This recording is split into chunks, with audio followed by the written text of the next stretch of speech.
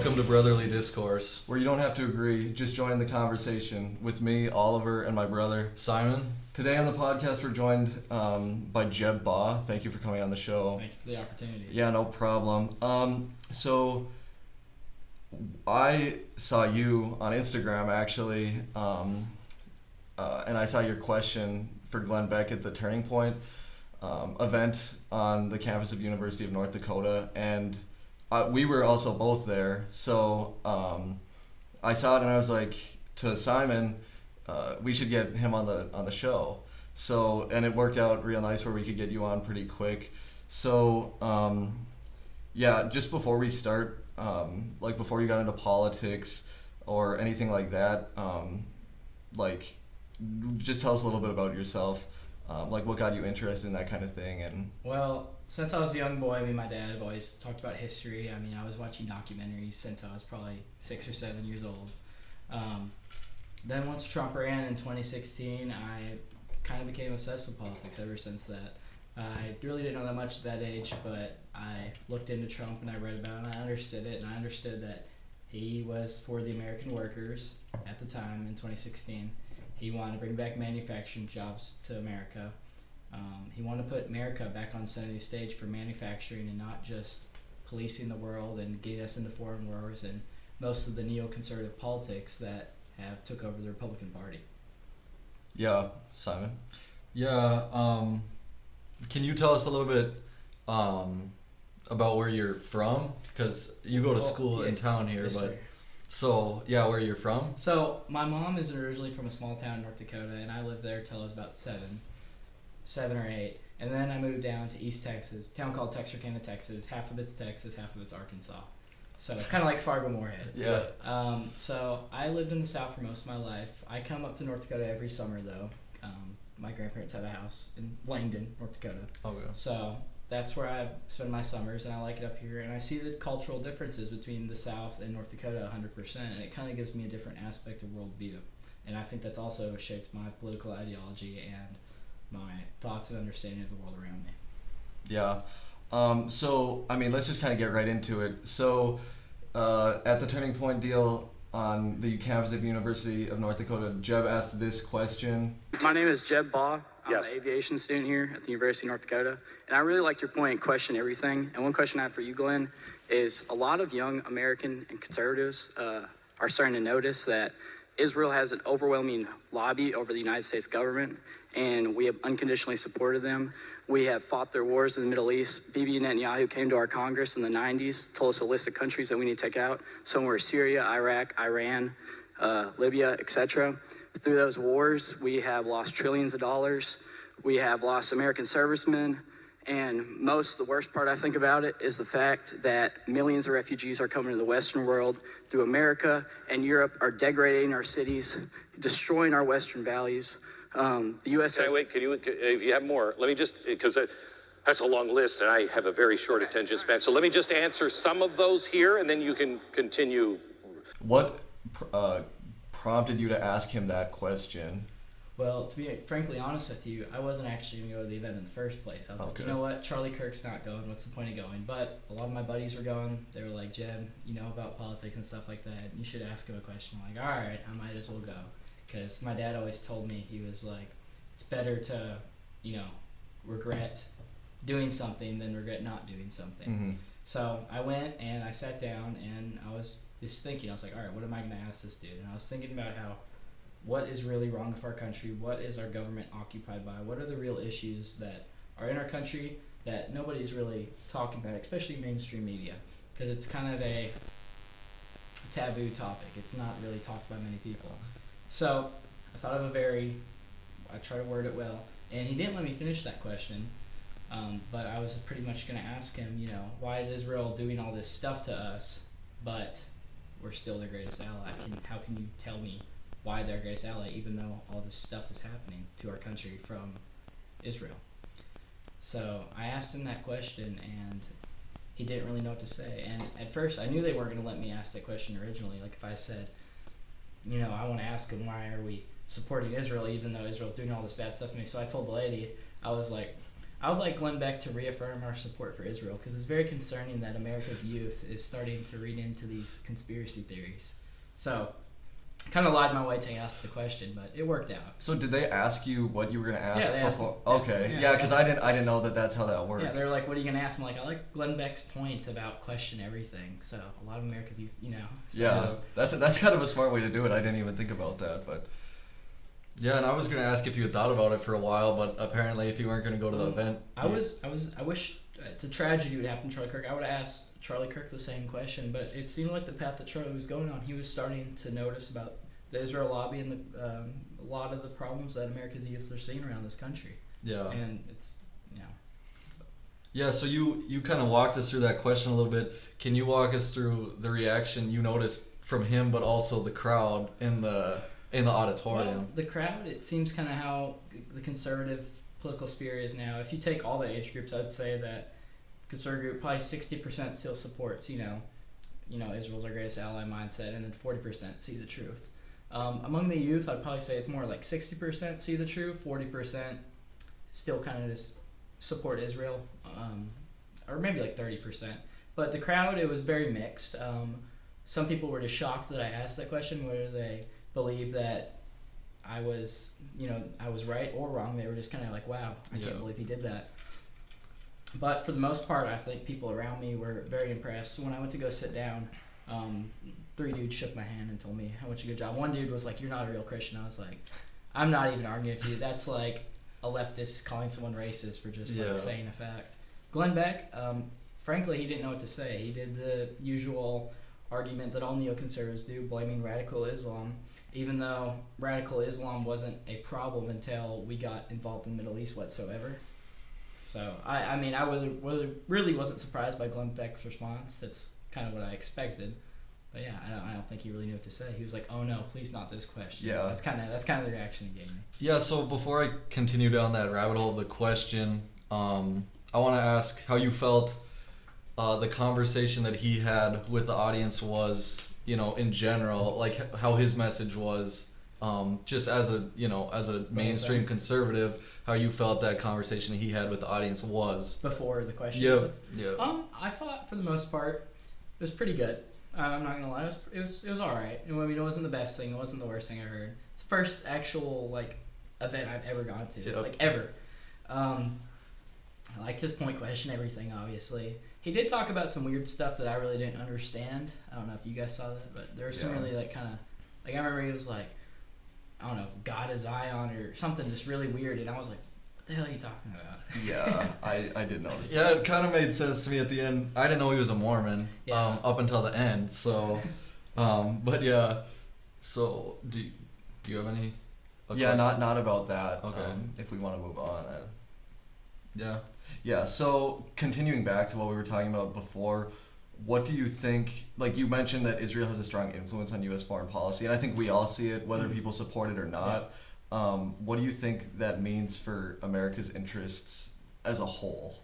Well, I think that it is not putting America first. Frankly, I don't think it's putting the American worker first. I don't think it's putting the people that actually built this country, whose grandparents built this country, whose parents built this country, and generations so on who built this country. I don't think that an Israel first policy correlates to an American first policy. I don't think they can work together necessarily. I think if we're supporting Israel, it's kind of supporting a very interventionist. I mean, why are we involved in a country across the ocean that none of our ancestors are from? That they don't see us as like, par and par. They see us as like we're working for them. And I don't think. I mean, it's Democrats and Republicans are responsible for it. It's a bipartisan problem. There's 2 people I can name off the top of my head on the Republican Party that stepped away from the Israel lobby: Thomas Massey and Marjorie Taylor Greene, and they're the only ones that are talking about the Republicans. And then I don't agree with the leftists at all that are anti-Israel because they're very far on the left, and I think that is also anti-America First policy. But I think that we have seen with our own eyes that helping Israel does not go in the interest at all of helping the American people. Yeah. Yeah, so now with what we've been seeing this past week, 2 weeks, with a tentative peace agreement come into place, helped along by President Trump. What do you have to say on that? It's I mean, it's good it happened, but it's never gonna last. The Middle East will never be peaceful. Benjamin Netanyahu, he was like, I can't quote the exact quote, but he was like, this is the most pro-Israel president ever. And I was like, oh my gosh, like, how can Trump be our guy and also the best president for Israel ever? I mean, like, that just doesn't make sense. But yeah, it's good they made peace. I don't think it'll last. I think that I honestly do think it was a genocide what Israel did to Palestine. I mean, they literally went in there and blew the shit out of it. I mean, wiped it out, kicked all the Palestinians out, and that's gonna be a refugee crisis. I mean, we've seen it with the other wars that have happened, and across Europe, right-wing leaders, they'll be like, oh, we need to stop the refugees. Across America, like, oh yeah, we can't have these refugees. Well, how about we stop going to these countries and blowing up their homes? How about we stop doing that? But they still, support, oh yeah, we need to back Israel, they're fighting terror. Like, no, you're making terrorists. You're going to these people's homes and blowing them up. That's going to make them hate America and the West. I mean, it's pretty simple. Yeah, and I kind of want to go back to what you had mentioned earlier, because you had said you're into history, and I mean, like you had said earlier, we didn't have these extreme Islamists, at least to the extent that we have today, until we started stepping into those conflicts. So I think that that's a very interesting point that a lot of people don't mention, that kind of when we started to escalate it escalated everything. And I hadn't really ever thought about that until you brought that up. So I think that's an interesting point. Yeah, and I guess, with what we just talked about, what would you like to see, or how would you like to see the president move? Because he kind of campaigned on that America First. Yeah. How, and maybe now it'll change as, depending on what holds up over there. But how would you like to see him move now in the way he approaches those Middle Eastern conflicts, and, or would you just like to see him turn a blind eye to that? I would just like them to see it turn. It's not our problem. Why is it our problem what goes on in the Middle East? Have any of you guys been in the Middle East? Do we have any family in the Middle East? No, we don't. It's just simply not our problem. And that was America's foreign policy pretty much up until about World War II. After World War II, we kind of started pulling strings around the world thinking that we're the world's police. And the world was a lot better before America was involved in everyone's business. People will figure things out on their own, and it's not our problem. And it'll cause a lot less problems. Yeah, I think that's a valid point, because, internal stuff in our country, you don't see other countries trying to step in, and we figure it out. And you make a good point on why should we step in on their problems, when if we don't, they'll figure it out eventually, and in their own way. I mean, it doesn't affect us, really. And if it starts to affect us in some way, that's a different story. Yeah. So, and I think it's important to notice the hypocrisy of a lot of conservatives over the past, like during the last administration. We didn't want to see the help that was being given to Ukraine, and they were very vocal about that. But when it came to Israel, it was a completely different story. Yeah. So I think that's an important thing to mention too. 100%.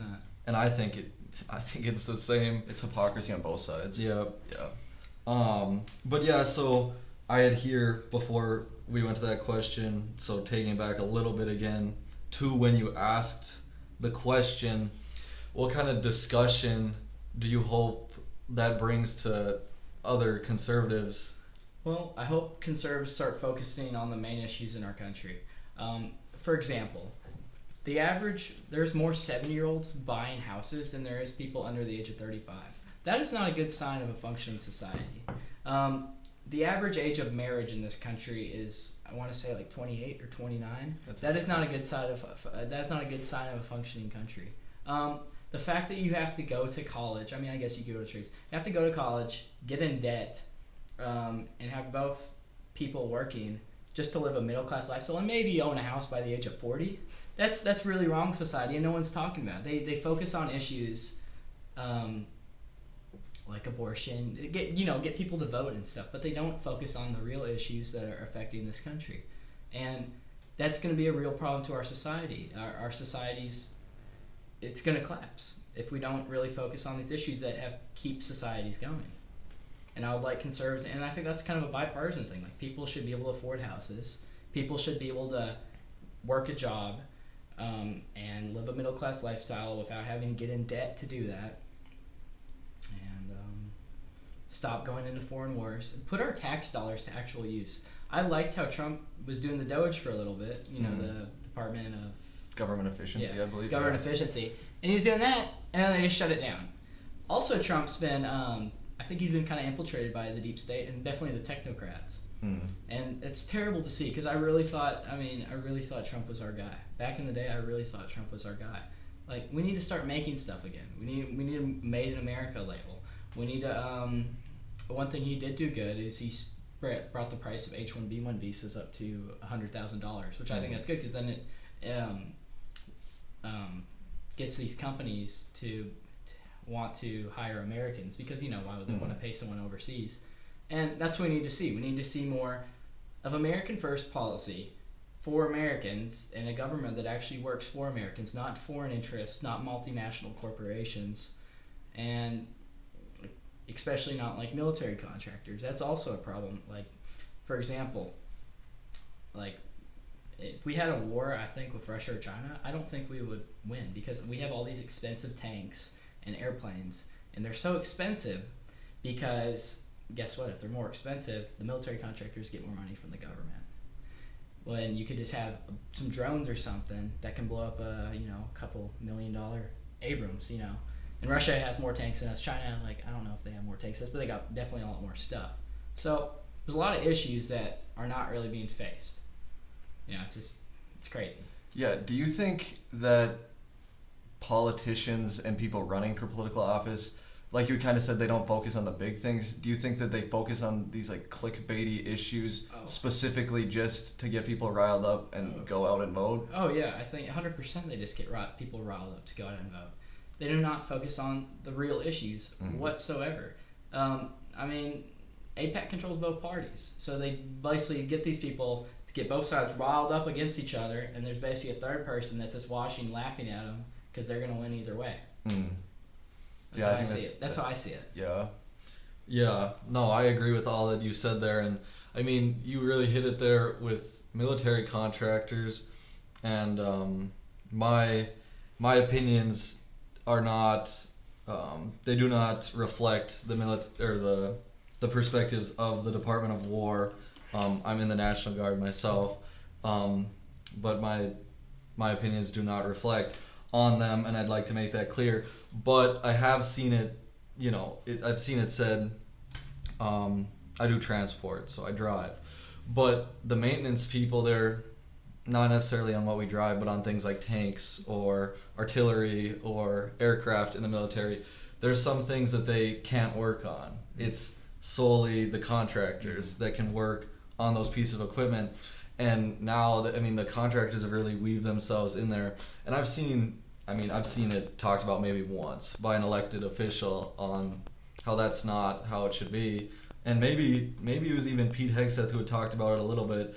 But, talking only gets you so far. We need to see legislative action against that.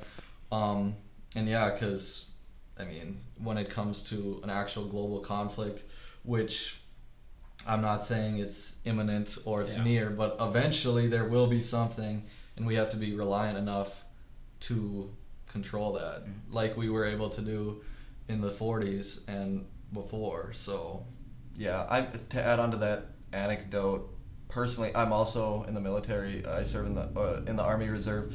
Again, my opinions don't reflect on the Department of the Army, the Department of War, but again, I do ammo, and they've cut ammunition specialist, the occupational specialty. I don't know the exact percent, but it's like in half.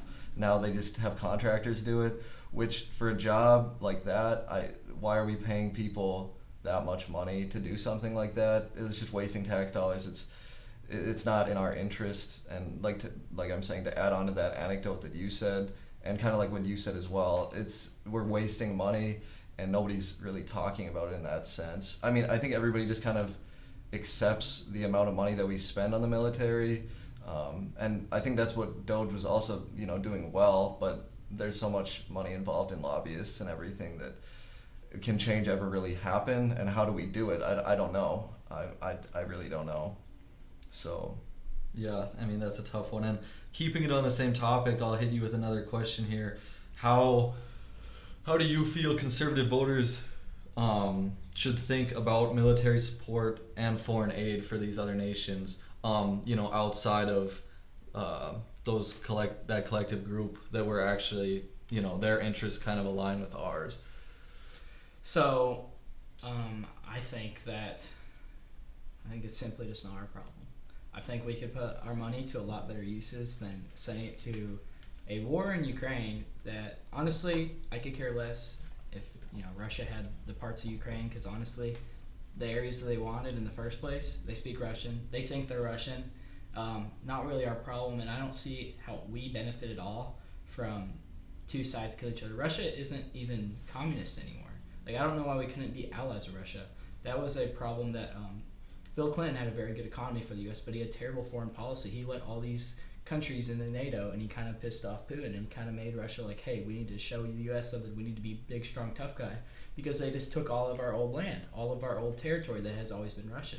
And I'm not like a Russian nationalist or trying to like promote Russia, but you know what I mean? We were poking a bear. It would be like the U.S. dissolving and like we're super weak, and China gets Mexico and Canada and like, Washington State, California, and Texas, and like, like a faction or something like that. That's equivalent to being like, oh, it's crazy for U.S. to want those areas back. This is like, they're just the big evil bad guy, and we don't need to be the world's police. I don't see any benefit of us being the world's police. America was so much better when we were not the world's police, not messing in other people's business whatsoever. yeah. I agree with that 100%. So Yeah, I agree. And I mean, you're kind of talking on like America First, non-interventionist. Do you think that that's gaining more traction in the conservative ideology, or what do you kind of think about that? I think it is amongst young people for sure. I think the boomers are a lost cause, but as my generation gets in power more, as like in 20 years from now, I think things will be a lot different, 100%. Because we've seen with our own eyes, we've seen the post like 9/11 era, how like, we see it like, we've been told like we're the good guys, we're fighting these evil bad guys, but really that's not the truth. The issue is a lot more domestic than we think, and my generation's waking up to that through social media, stopping watching mass media as much, and just studying and reading a little bit more, looking into the real details of the issues. Yeah, do you think the internet has kind of caused part of the issue, but also is part of the solution in a sense? 100%. Yeah. 100%. The internet, it's like a double-edged sword. It causes more problems. It shows you more problems, 100%, but it also lets people connect and think of solutions more for these problems. So it's a double-edged sword, I would say. Yeah, because I mean, the internet allows certain people to push their ideologies as well, but then it also, like you had said, helps show the truth or get that out there, and it might take a while, kind of like what we're talking about today, to get out there, but eventually, I mean, things gain traction. Like you said, you think our generation is waking up to that, and I would agree too. You definitely see it a lot more amongst young people than even people in their 30s or 40s. So yeah, and I mean, what you were talking about there with the boomers, and kind of how there's these kind of two different ideologies within the conservative faction. Do you think, because I mean, it's important for a united movement, especially to win these national elections or even statewide elections, so how do we kind of balance that and come to enough common ground to continue to get Republican or conservative leaders in federal offices? Like with the how does like someone like me come to an agreement with the establishment, I guess we can. Or like because Glenn Beck and yourself would be a part of the same political party. Yeah. So how do we take two differences like that and still put it together to win national elections? Well, can we do that, I guess? I don't know, because the left has the same problem. The left has the same problem amongst young leftists. They are completely different from, your boomer leftists. So I don't really know what the solution is to that, to be honest. Can we come together? I think, but I don't think that our side sees, like, I see Trump, it's a little bit of a conceit. It's like a meet in the middle of, like, your neocon boomer, like Dick Cheney, and then, like, someone like myself. And maybe a little bit more to, like, the Dick Cheney, like, neocon, I think, in today's age. How does it fix itself? Well, people just need to talk about it more. People need to be upset. Maybe stop voting these people in power, honestly. But I don't have a true answer to that, to be frank with you. Yeah, because, like, the way I look at it, right, I mean, you see it here with the left now, especially in New York City, where Mamdami's likely going to become the mayor. But, you see, like, younger leftists really propping up people like that who have, far left socialist, teetering on communist beliefs. And then you still have, more of your traditional classic liberal that comes in the older boomer leftist field. And it's going to be the same here for the conservatives. But we don't want to see a straight split where then we can't, continue. Yeah. And I don't know if that'll become their problem, but you see it with, I think I had seen today somebody had posted a picture of AOC and Jasmine Crockett, and they said this would be the perfect ticket for 2028. And I don't see that. If that's the way they decide to roll, I don't see them winning anything. And it could be the same for us. So yeah, that's I never thought about that aspect. Yeah. So because we come from a conservative household for the most part, with our grandparents also being conservative, but more kind of in that traditional conservative, neoconservative mindset where now younger people are maybe more of that populist, not globalist type of thing. So I don't know how we'll kind of still come together, but the older generations, they kind of still have this mindset. It's like the post World War II mindset. It's like Star Wars almost, like good guys and bad guys. We're America, we're the good guys, we're always right. We're defending democracy, defending freedom from these evil bad guys across the world that want to take it away from us. And that's just kind of the mindset they still have. But I think a lot of like leftists, and I was talking to a guy yesterday, he's a leftist. And a lot of the issues he sees and a lot of the issues that people like me see, we see them, but we have very different solutions to them. Yeah. But I think the right will always prevail because on the right, honestly, it's just stronger people. They're mental. They think more rationally. They are obviously, for the most part, physically stronger. They have family values, stuff like that. They actually would want a prospering society. They see things that to a good society. The left kind of wants to socially engineer society to like this kind of a la-la land. It goes against human nature, what they really want. Yeah, I think that's a good point. But we have a lot of the same issues as the left. Like he was talking about, like, oh, well, I want housing prices to go down. I want people to actually get good jobs. I'm like, yeah, me too. But I'm like, well, how do you do that? How do you think what should happen? He's like, oh, well, we need, he's like, well, we need more government programs and stuff like that. Just more socialism and stuff. And I don't think that's the answer whatsoever. Yeah, I agree. And while we're kind of on that topic, and I'm really going off script here, but while we're still on that topic of the future of the conservative movement, I'm curious how you see it, especially with young male conservatives. I feel like for once in the whole country's history of the conservative movement, young people are moving more conservative, where I feel like over the past 250 years, the conservative line has just moved further left and left and left as progressive theology kind of pulled us that way.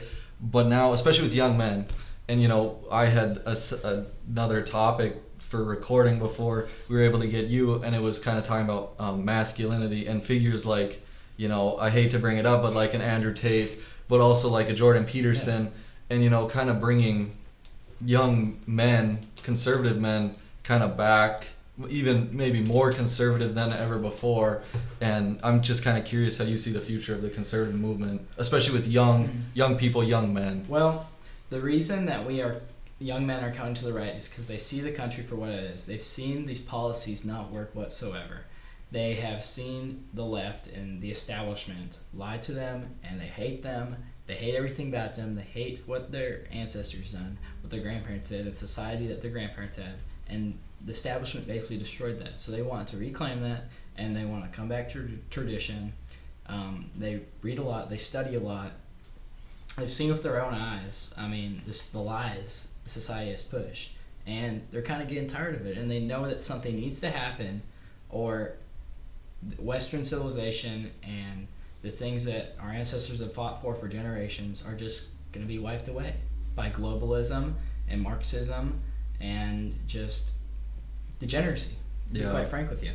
Yeah, and something we had talked about on a episode before, I don't know if you would agree, but it seems like, and this would probably be the first time it's really happening, but kind of a seesaw type of thing where 100 years ago we were living in a very religious society, Christian, Judeo-Christian values, really.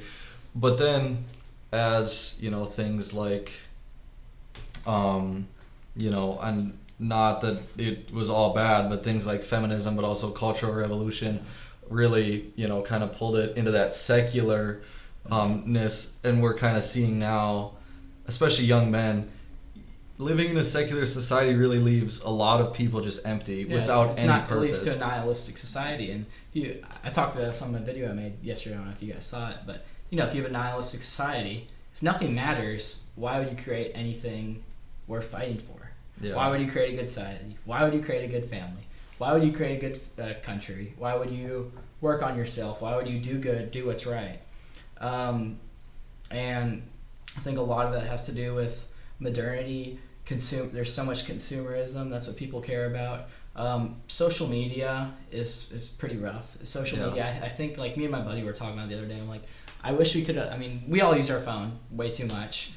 We were like, I wish we could grow up in like the 80s when we just didn't have phones and just like see how life is, and we wouldn't know any different because that's just how life would be. Yeah. And people would hang out more and stuff. Like kids nowadays, like my cousins, they just like play on their iPads all day, and I'm like, dude, like, what are you doing? Yeah.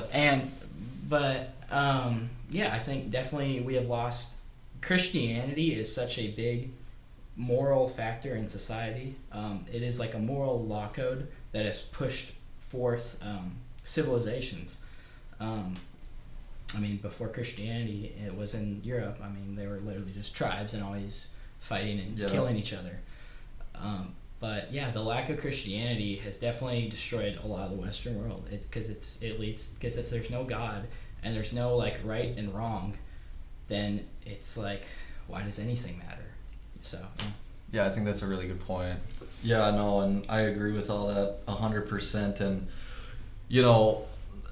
And I really hope that's where our generation and then the one after. Growing up completely differently, especially with social media, that's going to be a factor that none of us can really, we don't know what's going to happen with that. But, I really hope that, we can see that bounce back to away from a secular society, because it's leading us down these bad places where we don't want to be, especially, as a conservative American, I think. So if you want to bring it back on script, you're more than welcome to. Yeah, we can try move more back in that direction. Sorry if I. No, that's completely fine. So I guess back to the like neocon type thing. So we talked about Glenn Beck and you specifically in your videos and stuff as a neoconservative. For the people listening and watching, do you kind of want to explain what you mean by that? Well, yeah, let's take a step back. Neoconservatism, do you guys know how neoconservatism was started as an ideology? Do you guys know? I don't know I don't know where it began. So it's from Marxists, communists that escaped the Soviet. They left the Soviet Union and came to America, okay, because they didn't like Stalin, but they were still pretty socialist, and they were interventionist and it's like Star Wars. They thought they were the good guys fighting bad guys. So the neocons got in power. The biggest neocon I can think of, there's like a few. I'd probably say like Reagan, Bush Senior for sure, Dick Cheney. Those are probably the biggest. But they basically see the world as good versus evil, and they don't really care about conserving their country. They don't care about protecting their country. They care about basically good versus evil, and that's how they see the world. And it's crazy to me. They don't really look into details. It's you're awesome or you're terrible. You need to die. We're gonna kill you no matter what. But it's not conservative whatsoever. It's not conservative at all. It's conserving nothing except for big business and their buddies in government, their buddies in their government, and across the ocean. And then fighting people like the neoconservatives and Democrats were both trying to support Ukraine. For what? Why are we fighting this war in Ukraine? So neoconservative is not conservative whatsoever. So do you kind of think that's like an oxymoron? It is in an a sense? oxymoron. Yeah.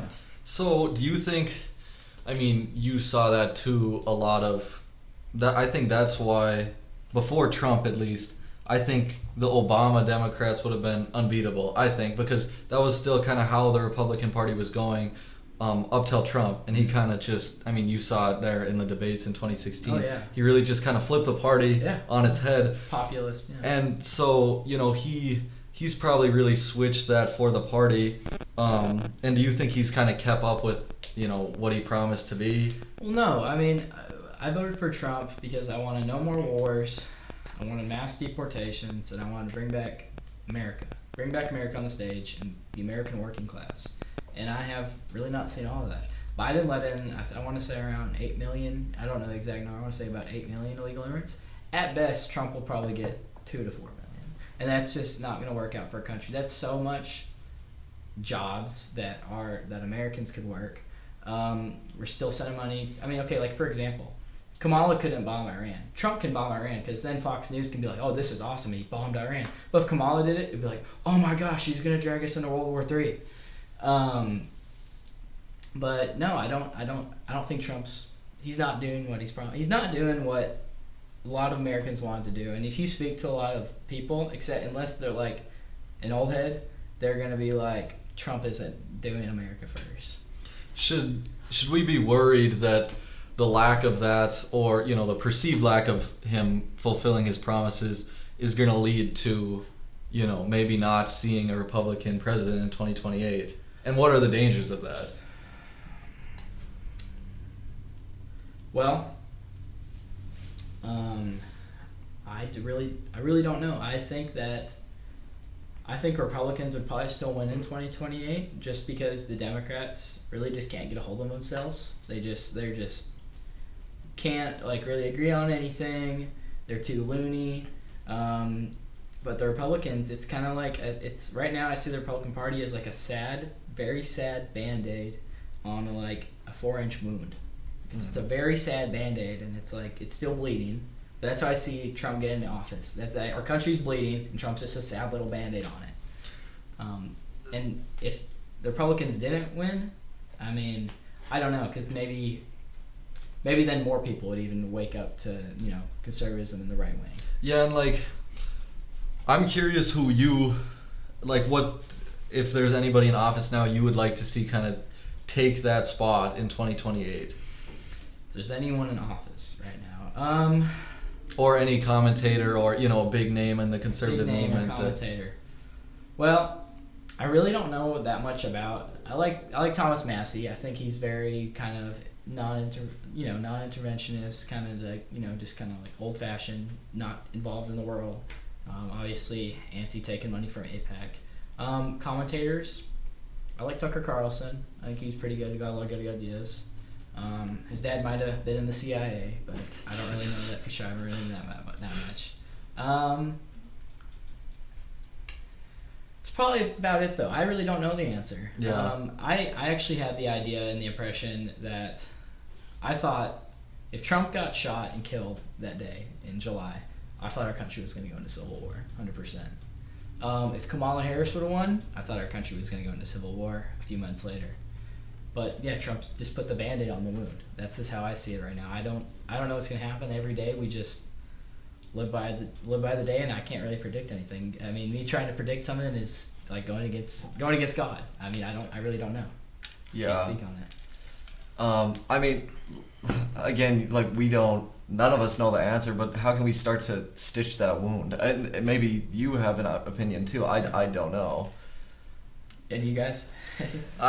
It's such a difficult thing because, we're talking about especially young men moving more to the right, but then I think there's also a danger of too far. I mean, you see, especially now after the passing of Charlie Kirk, you see, at least I see, so anecdotally speaking, I see more of, the Nick Fuentes is out there.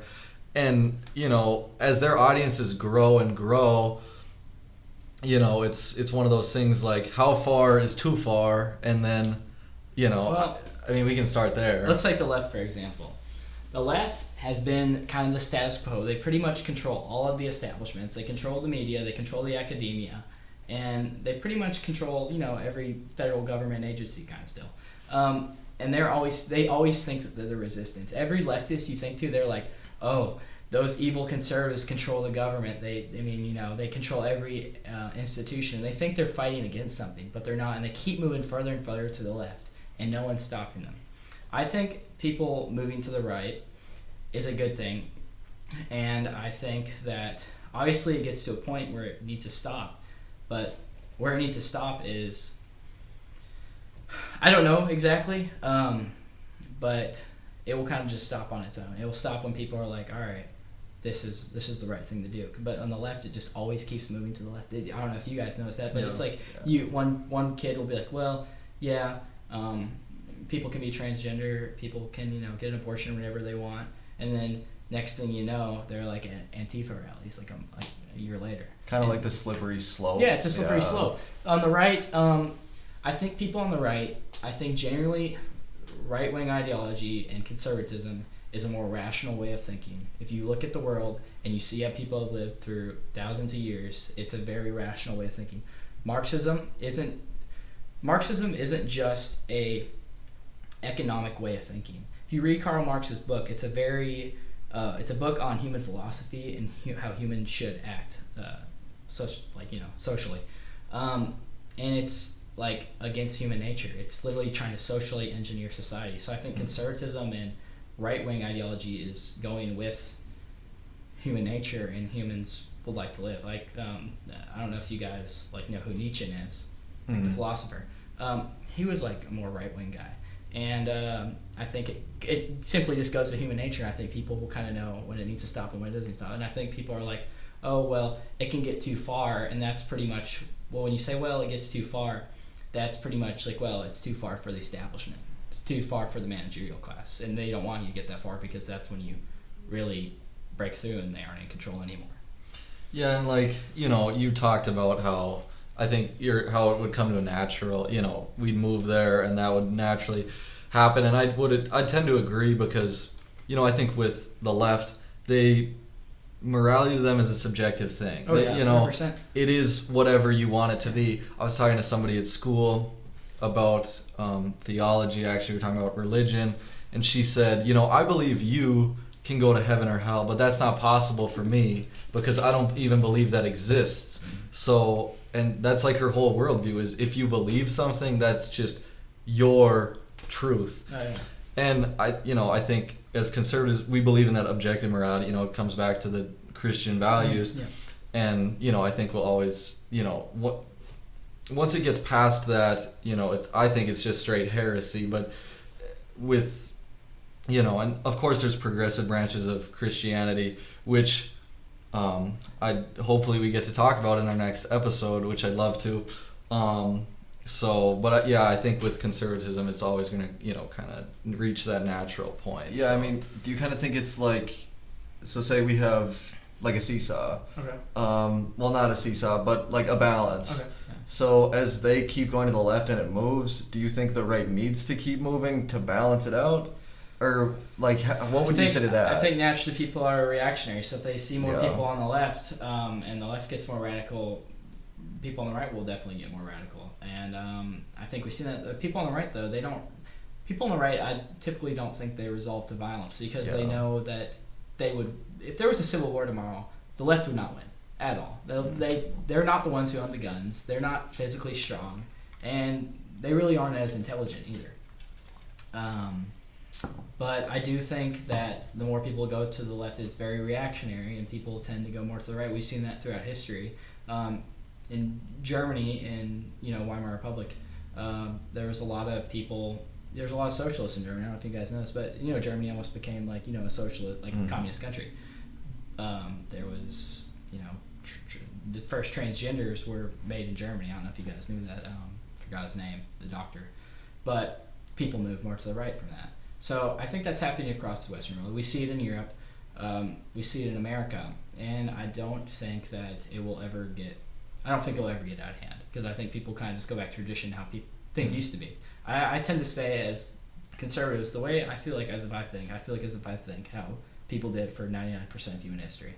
I think that's how, Yeah, I think that's valid. I think that's good. Yeah, and it's going to be interesting, the impact that the shift has on our country specifically. I had seen,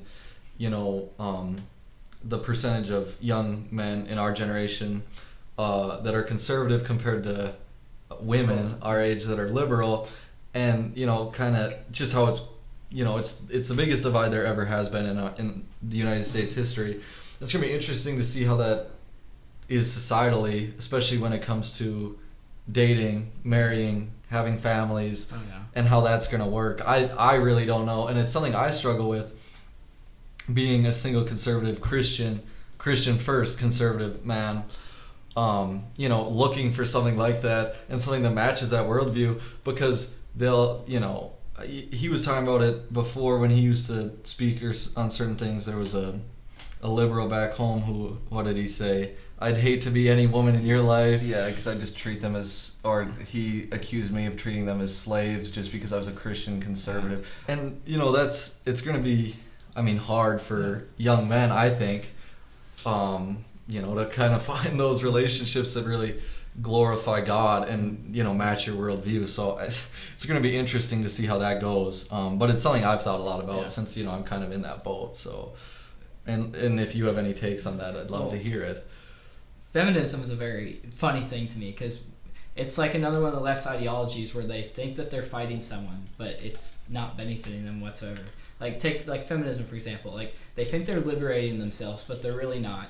They can go and get a job and work for a major corporation, and it's literally doing nothing. It lowers the wages of everyone who's working, because then there's more work pool, and they aren't creating a family, they aren't supporting their country, and that's exactly what these elites that run our country want to happen. And they think they're fighting something. They think that they're fighting oppression, but no, that's how humans have lived for 99% of human history. Feminism wasn't ever a thing. Yeah.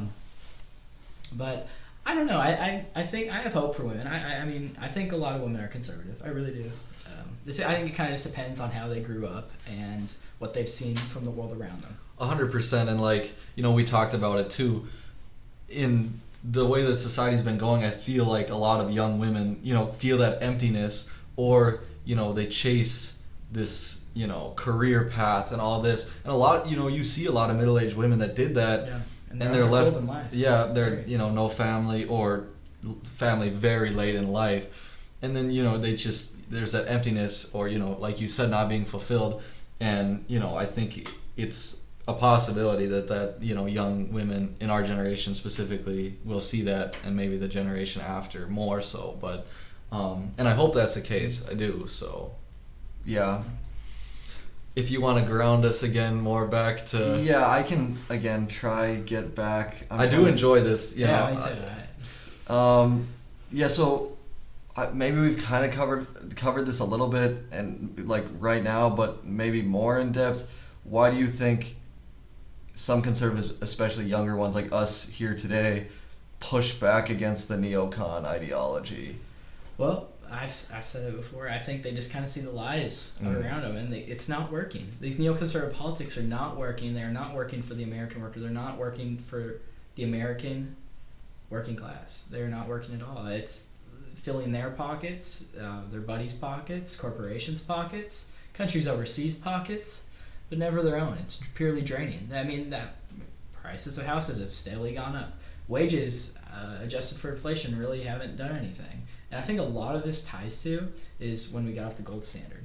I think a lot of stuff happened to America I think America, if you look at studies and you look at everything, America's been on a steady downslope since the 1970s. From getting off the gold standard, getting involved in other foreign countries. It was kind of a cultural revolution, with the hippies and stuff like that. They kind of revolted against, conservative society. But, I mean, I have hope for this younger generation. I really do. I think that they are intelligent, and I think people underestimate them. And a lot of people just kind of keep quiet. A lot of people have the same ideal society, but they don't want to talk about it. Yeah, I think you see that a lot. A lot. Yeah, no, and like you said, I think especially with young people, conservatives and liberals, we all want the same thing: affordable. We all want to be, if that's something you want, a home.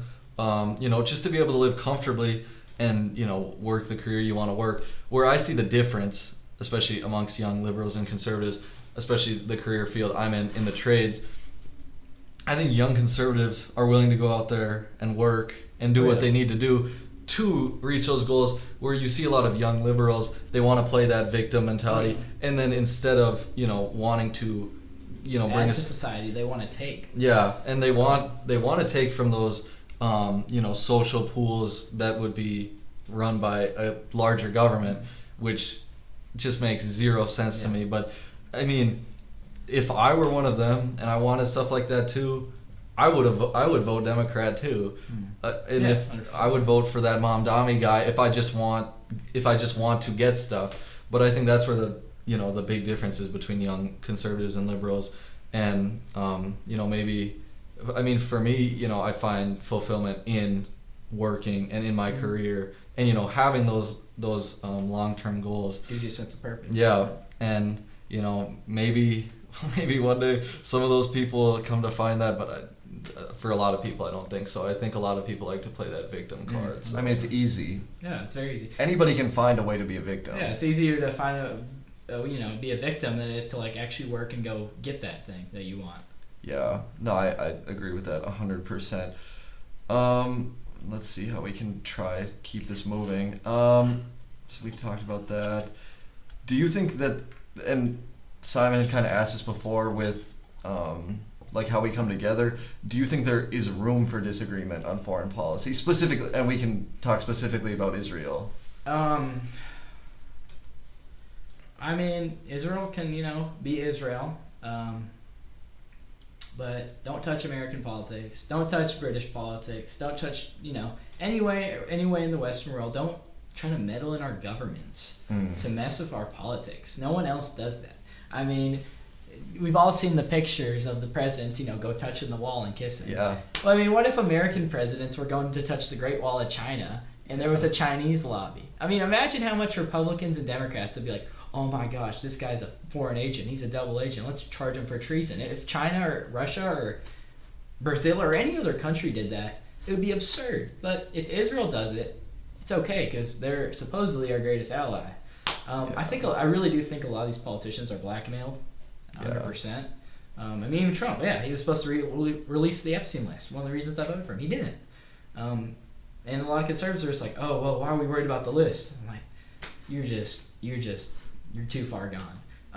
But I really don't. I think if we need to push forth as America, we gotta really step away from foreign politics. Really, we gotta fix our own country. I mean, it's like if your family was falling apart and breaking, say you were a dad and your wife was cheating on you and your kids are doing drugs and one of your kids has a broken leg.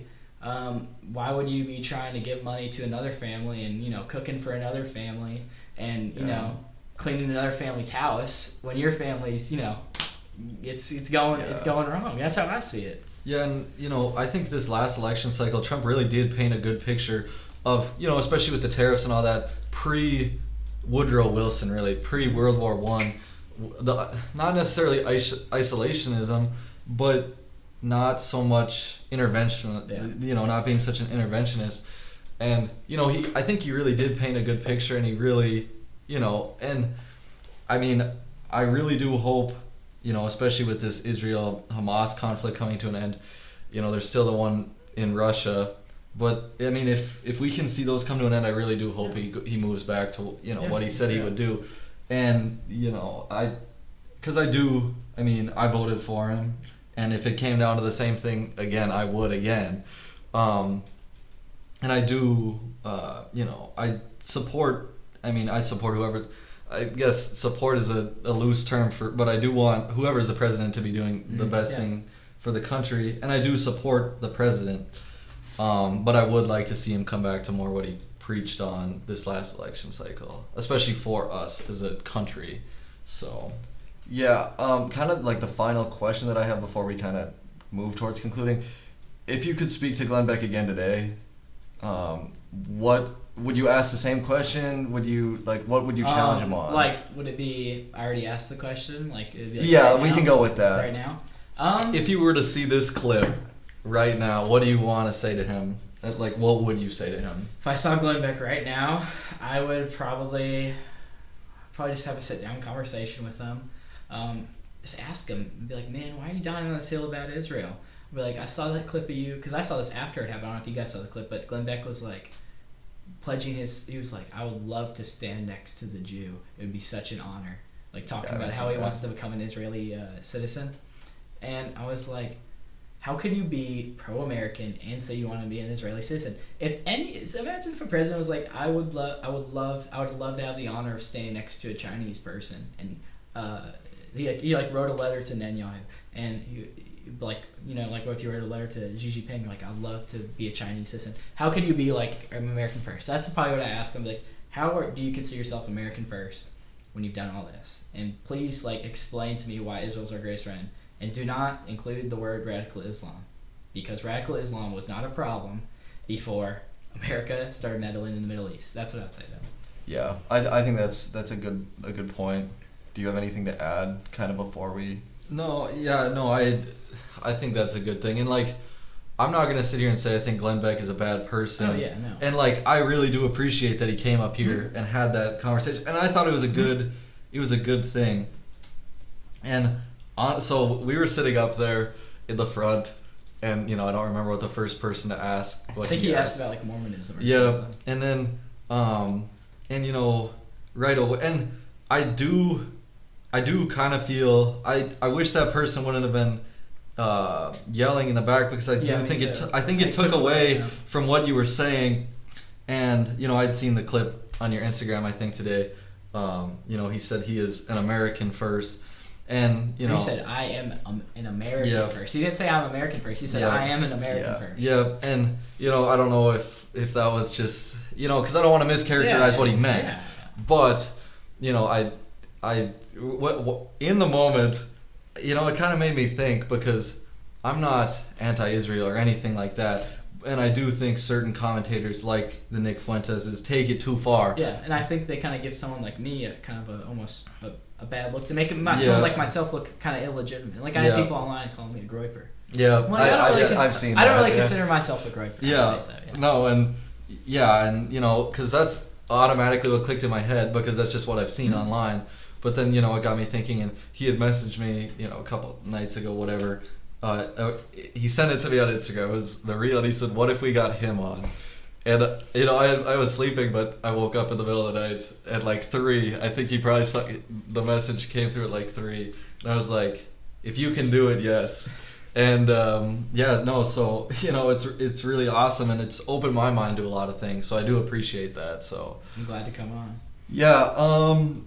Before we close, where can people find you online? Because I know you're kind of building that out. Yeah, I'm trying to build it. So if you go on Instagram, it's all lowercase, Jeb, Baugh, all lowercase. And then on TikTok, I bet if you just look up Jeb Baugh, it'd pop up. It's a picture of me. I'm skiing. And then on Twitter, it's Jeb Baugh, and then I'm in a picture of a suit, and I'm holding a thumbs up. Yeah, and we'll throw up those screenshots right here. But yeah, do you have anything else to add before we because we're just about at that hour mark? Yeah, no, I just really enjoyed the conversation. And me too. Yeah, I if we could keep in contact and keep this as a resource, I think it'd be cool if we can maybe meet up couple months in advance and kind of see how things are going in the conservative movement, how you're doing. But yeah, I think this was a great one. Probably my most fun to record. So, anything else to add, either of you? I think I'm good. Yeah, All right. No, I really had a lot of fun with it. It's the most off script I've ever gone. Yeah. Just because the conversation was really flowing and that was really awesome. And yeah, no, just thank you for, bringing, a fresh look to the show for us. It really opened my eyes to a lot. So Yeah. So, all right. Well, thank you guys for listening and watching. Make sure to check Jeb out on his social medias. Again, thank you for coming on. Thank you for having me on. I really had a good time. I think we had some very productive and Yeah. informative conversations. Yeah, I thought it was great. So, thank you guys for listening. Bye.